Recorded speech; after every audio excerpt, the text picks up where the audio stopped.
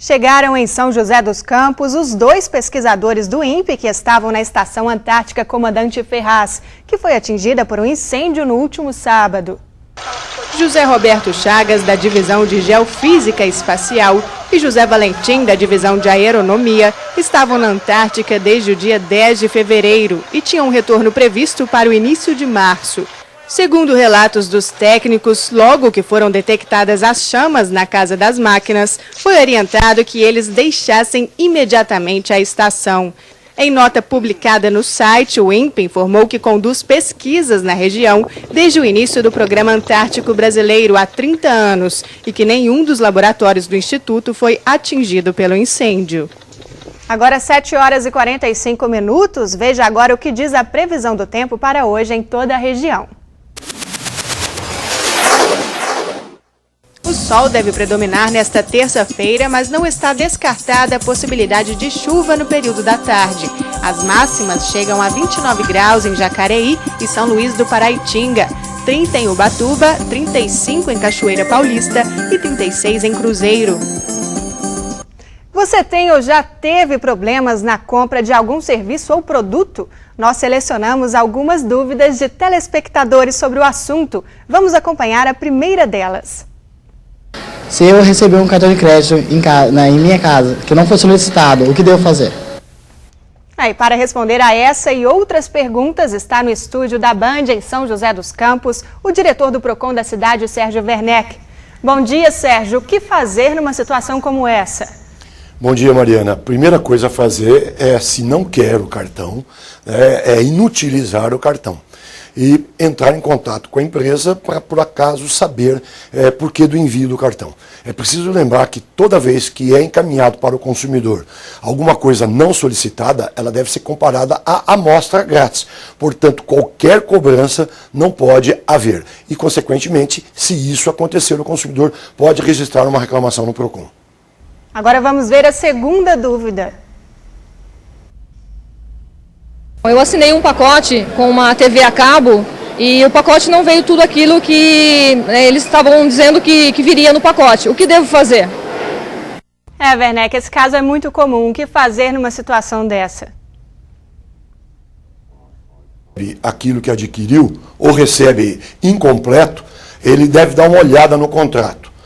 Se no contrato realmente está escrito que a empresa deveria fornecer aqueles serviços, ele então deve procurar o SAC da empresa para o registro de sua reclamação.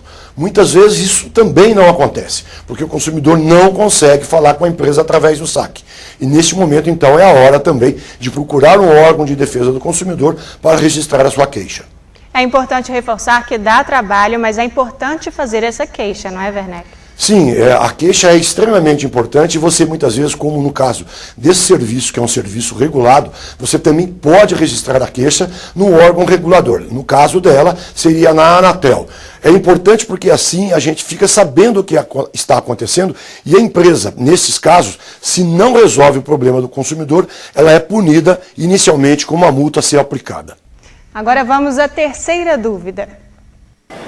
Eu gostaria de saber se eu assinar uma TV a cabo, se eu quiser cancelar a assinatura antes dos 12 meses, se eu sou obrigado a pagar alguma multa.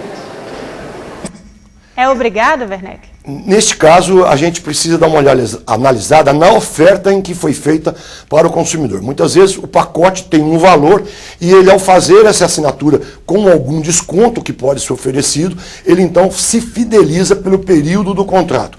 Consequentemente, para ter este benefício, ele deve pagar então um preço por um prazo mais longo. Se ele quer desistir antes do prazo, ele aí sim tem uma multa pactuada que normalmente vem prevista no contrato, portanto você deve ler o contrato e verificar se é esta a hipótese. E no caso de uma compra que não veio todo aquele serviço que ele adquiriu, ele pode pedir essa rescisão? Ele pode pedir essa rescisão ou até mesmo pedir o desconto por aquilo que não for entregue. Ou seja, o consumidor pode, neste momento, ter essas duas opções. Ele vem pagando por um serviço que não recebe. Consequentemente, ele não tem que pagar por aquele valor integralmente. Ele pode, então, solicitar por aquele período em que ele não recebeu o serviço um desconto e, a partir de então, quando ele recebe o serviço, ele volta a pagar o valor real. Vamos a mais uma dúvida.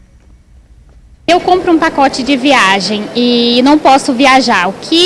Quais são os meus direitos para um futuro cancelamento? Normalmente os contratos oferecem um prazo para desistência. Esses prazos, quase que todas as empresas vão diminuindo o valor da multa à medida em que o consumidor faz a desistência mais cedo. Ou seja, o quanto antes o consumidor procura a agência e demonstra que não vai viajar naquele prazo estabelecido, ele aí tem uma multa menor a pagar. Em outras situações, é preciso analisar o contrato. Aí, vamos a uma outra dúvida. Durante o ano, se houver um aumento repentino na mensalidade escolar, quais são os meus direitos? Eu tenho que pagar? Como eu devo me pôr diante a isso? Mariana, neste caso, se for um curso regular, ou seja, o curso fundamental, normalmente não pode haver nenhum reajuste, senão determinado pelo governo. O reajuste é anual e assim está previsto no contrato ou semestral, tendo em vista a natureza do curso. Não pode, então, haver um reajuste durante o decorrer do ano letivo ou durante o decorrer da semestralidade.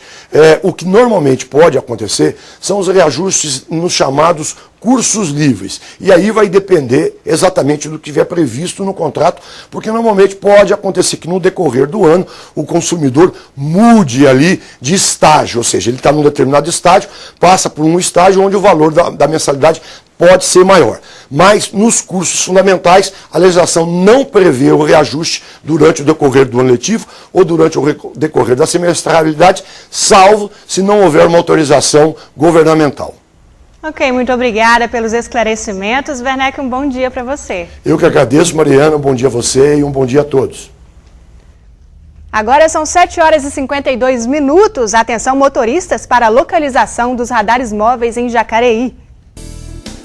Em Jacareí, os radares estão em 3 pontos da cidade: na Rua Padre Eugênio, bairro Jardim Jacinto, na Avenida Elmira Martins Moreira, no Altos de Santana, e na Avenida Getúlio Vargas, bairro Jardim Luiza. E no próximo bloco você confere a nossa agenda de empregos. O Acontece Regional volta já.